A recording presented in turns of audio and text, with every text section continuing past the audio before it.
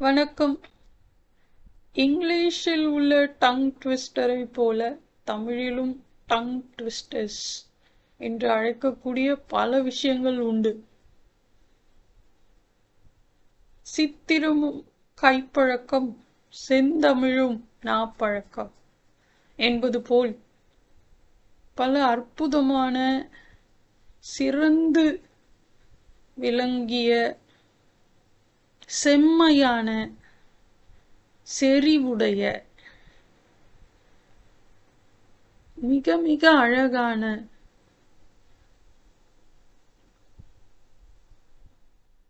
படிக்கும் பொழுதே கண்ணில் நீர் வரவழைக்கக்கூடிய மிக மிக உலகத்தில் உள்ள அத்தனை நூல்களை படித்து ஆராயும் மிகப்பெரிய சான்றோருக்கு புரிந்த ஒரு விஷயம் திருவாசகம். திருவாசகத்திற்கு உருகார், ஒரு வாசகத்திற்கும் உருகார்.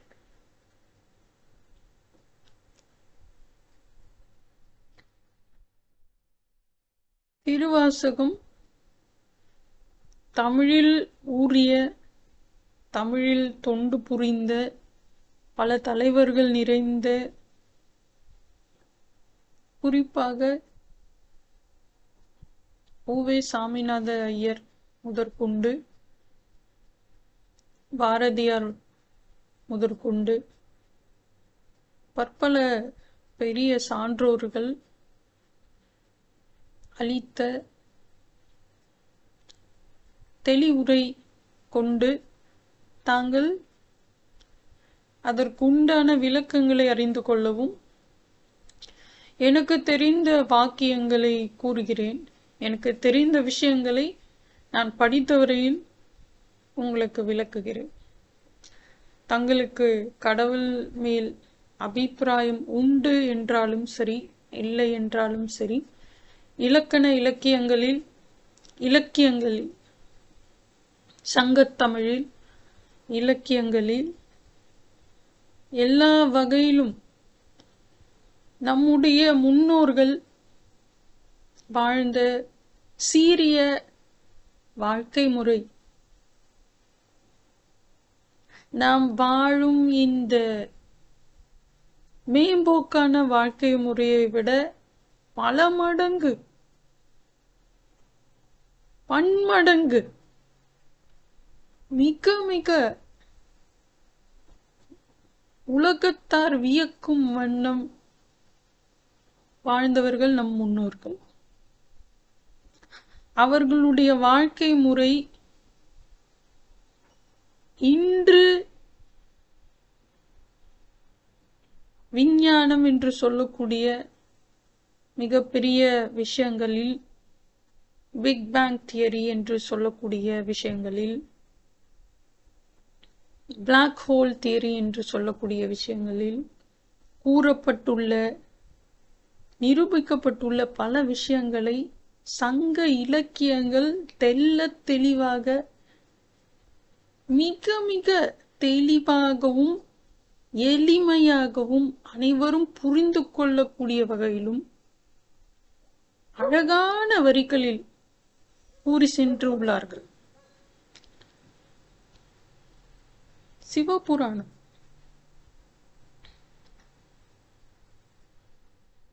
திருப்புகழை பாட பாட நாமனக்கும் என்பது போல் திருவாசகத்திற்கு உருகார், ஒரு வாசகத்திற்கும் உருகார். சைவ நெறிமுறையில் அப்பர், சுந்தரர், மாணிக்கவாசகர், எனக்கு தெரிந்த வகையில் சொல்கிறேன். நான் படித்த வரையில் என்னுடைய ஆர்வம் வேறு, நான் படித்த படிப்பு வேறு. கணினியியல், பிஎஸ்சி கணினியியல், MCA master of computer applications, இது நான் படித்தது. இதை தாண்டி என்னுடைய பள்ளியில் கொடுத்த தமிழ், அவர்கள் ஊட்டிய தமிழ் என்றென்றும் மறவாது எனக்கு தெரிந்த சில விஷயங்களை பகிர்ந்து கொள்கிறேன். மிகப்பெரிய மேதைகளும் சான்றோர்களும் மிகப்பெரிய கவிஞர்களும் கட்டுரையாளர்களும் நிறைந்து உள்ள நாட்டில் நான் சொல்லும் விஷயம் மிக சிறியது, குறைவானது. எனக்கு என்னுடைய அனுபவத்தில் எனக்கு பிடித்த விஷயங்களை சொல்கிறேன். இந்த திருவாசகத்தில் சிவபுராணம் நமச்சிவாய வாழ்க நாதன் தாள் வாழ்க இமை பொழுதும் என் நெஞ்சில் நீங்காதான் தாழ்வாழ்க கோகழியாண்ட குருமனிதன் தாழ்வாழ்க ஆகமம் ஆகி நின்று அன்னிப்பான் தாழ்வாழ்க ஏகன் அநேகன் இறைவனடி வாழ்க வேகம் கெடுத்தாண்ட வேந்தனடி வெல்க பிறப்பருக்கும் பிஞகன் தன் பேய்கழல்கள் வெல்க புறத்தார்க்கு செய்யோன் தன் பூங்கழல்கள் வெல்க கரம் குவிவார்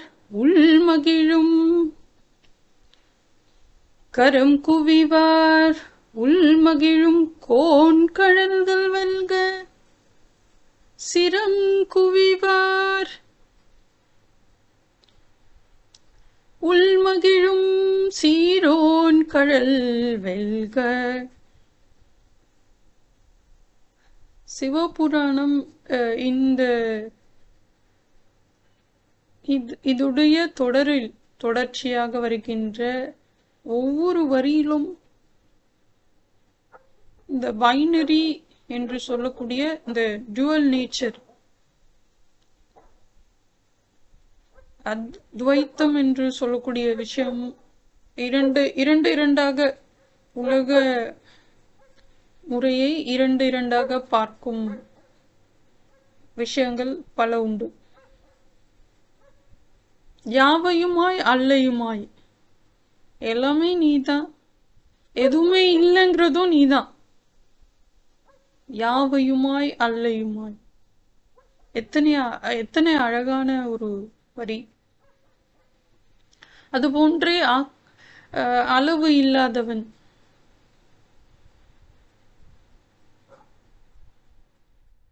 அளவிலா பெம்மானே. இதில் வரும் ஒரு வரிகளும் மிக அழகாக விஞ்ஞானத்தையும் மெய்ஞானத்தையும் மிக அழகாக எடுத்துரைக்கும் வரிகள். இதில் வருகின்ற ஒரு எதுகை மோனை, எனக்கு தெரிந்தவரை அது எதுகை மோனை வழக்கில் அமைந்துள்ளது. ஈசனடி போற்றி எந்தையடி போற்றி, தேசனடி போற்றி சிவன் சேவடி போற்றி. ஈசன் தேசன். அதே போன்று கரம் குவிவார் சிரம் குவிவார்.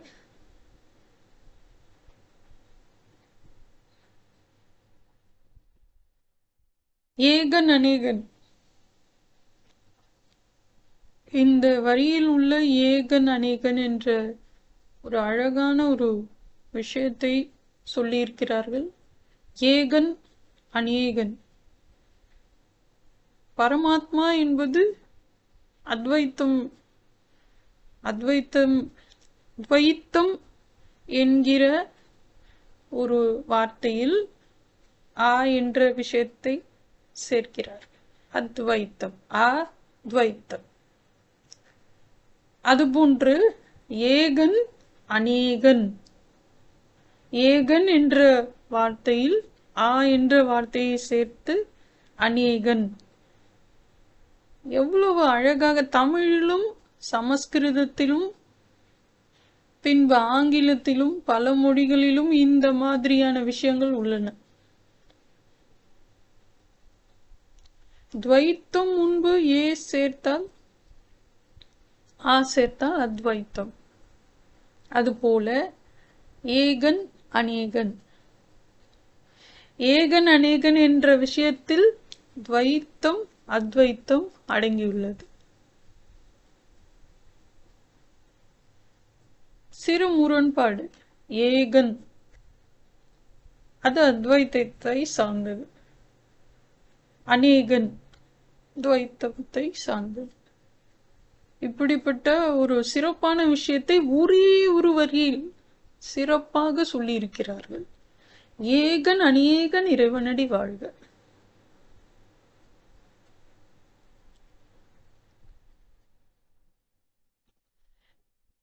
அந்த ஒரு சர்க்கிள் வரும், கால சக்கரான்ற கான்செப்ட் புத்திசம்ல உண்டு. பலவிதமான எல்லா விதமான மதங்களிலும் ஒரு கால சக்கரம் என்ற ஒரு கோட்பாடு உண்டு. இந்த கால சக்கரத்தில் ஒரு சுழற்சி, நம்முடைய பிறப்பு முதல் இறப்பு, இறப்பிலிருந்து பிறப்பு, பிறப்பிலிருந்து இறப்பு, அது ஒரு சுற்று. இந்த கால சக்கரத்தை எவ்வளவு அழகாக, இதில் நாம் எந்த விதமான பிறப்பும் எடுக்கலாம். அழகாக, மிக அழகாக சொல்லியுள்ளார்கள். மரமாய், புழுவாய், பல்விருகமாய், பேயாய், கணங்களாய், வல்லசுரராய், என்ன வார்த்தைகளை சரியாக உள்ளபடி சொல்லவில்லை. அதில் உள்ள சாராம்சம் என்று சொல்லக்கூடிய விஷயத்தை சொல்லுகிறேன். எல்லா விஷயத்தையும் ஒரு தாவர சங்கமும் சொல்லிட்டாங்க. தாவர சங்கமும் ஃப்ளோரா ஃபவுனாவை எவ்வளவு அழகா சொல்லியிருக்காங்க. எல்லா பிறப்பும் பிறந்து இளைத்தேனே, படிக்க படிக்க அப்படியே கண்ணுல அப்படியே தண்ணி வரும். அது ஏன்னே தெரியாது. அதுலதாங்க திருவாசகத்தோட மகிமையே இருக்கு.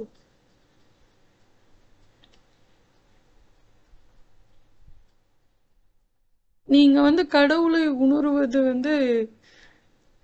முதல்ல நம்மளை தெரிஞ்சுக்கிட்டாதான் கடவுளை உணர முடியும். ஆனா சில விஷயங்களை பார்க்கும் பொழுதும் நோக்கும் புரிய புரிய முற்படும் பொழுதும் அதில் உள்ள வரிகள் கசிந்து உருகி, மனம் கசிந்து உருகி கடவுளை காணக்கூடிய வரிகள் அதில் உள்ளது.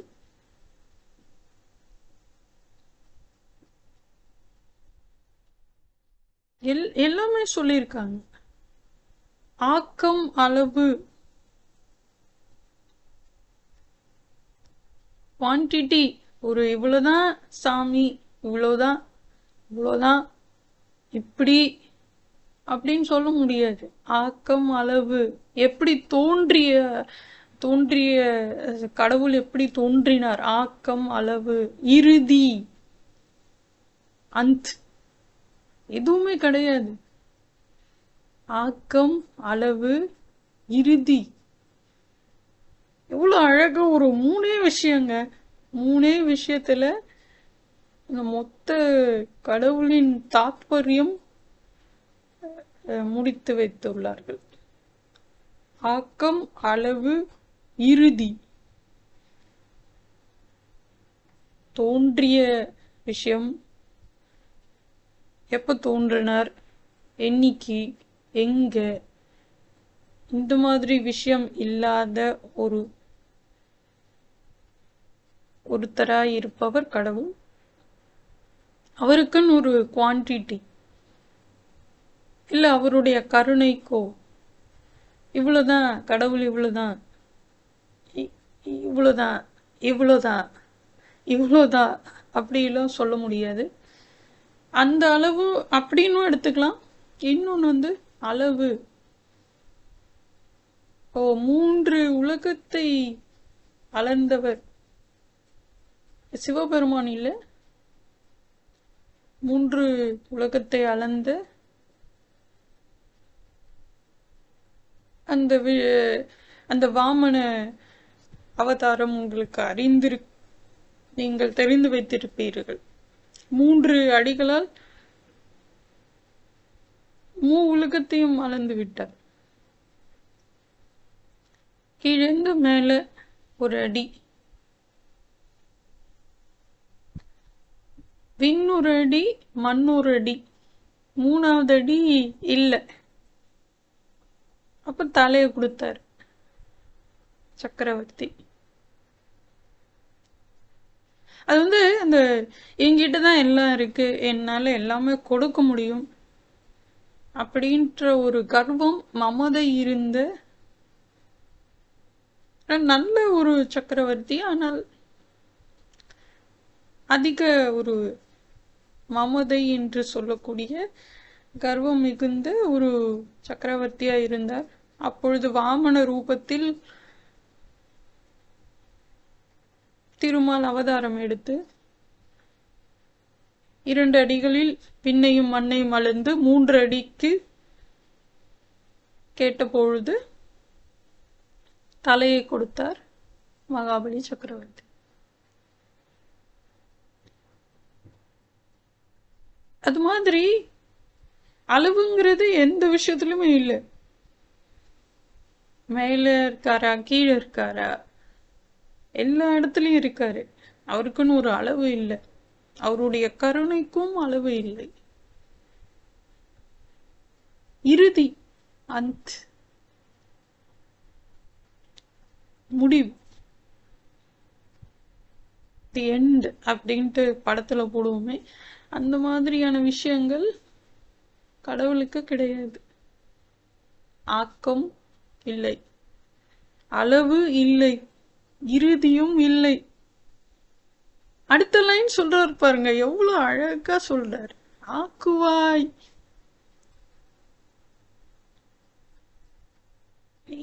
இந்த ஆக்கம் அளவு இறுதி இல்லாத கடவுளை கூறி அடுத்த வரியில் சொல்கிறார், ஆக்குவாய், காப்பாய், அழிப்பாய், என்னை புகுவிப்பாய்.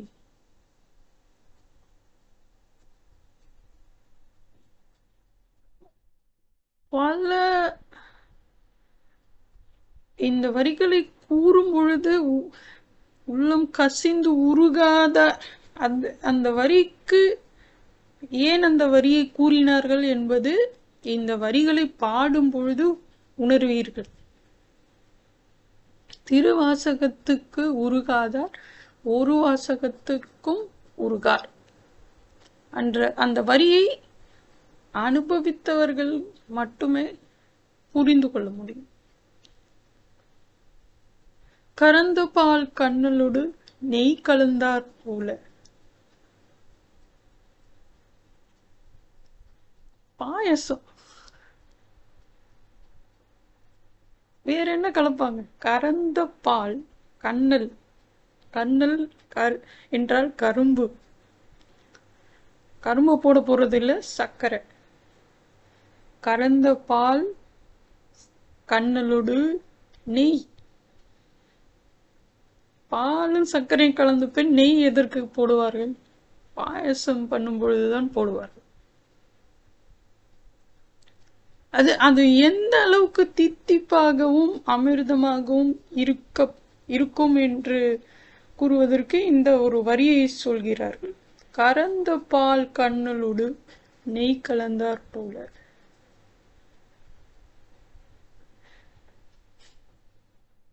முழுவதுமாக நான் படித்து உங்களுக்கு மிகவும்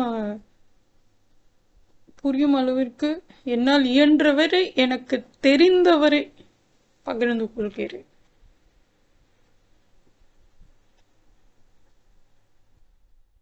எல்லாமே சொல்லியிருக்காங்க. பிக் பேங் தியரி இருக்கு,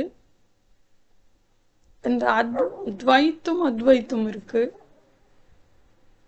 எல்லா விதமான பெரிய விஷயங்களும் ஒரே பேஜ்ல ஒரு 10-15 பேராகிராஃப்ல முடிஞ்சுது. படிக்க படிக்க கண்ணில் மனம் கசிந்து உருகி அந்த வரியை உணர்ந்து சொல்லியிருக்கிறார்கள் முன்னோர்கள். திருவாசகத்திற்கும் முருகார், ஒரு வாசகத்திற்கும் முருகார். திருமூலரின் திருமந்திரம் என்ன சொல்கிறது? உடம்பை வளர்த்தேன் உயிர் வளர்த்தேனே, உடம்பை வளர்த்தேன் உயிர் வளர்த்தேன் என்று திருமூலர் சொல்லியிருக்கிறார். தெள்ள தெளிந்தார்க்கு ஜீவன் சிவலிங்கம்.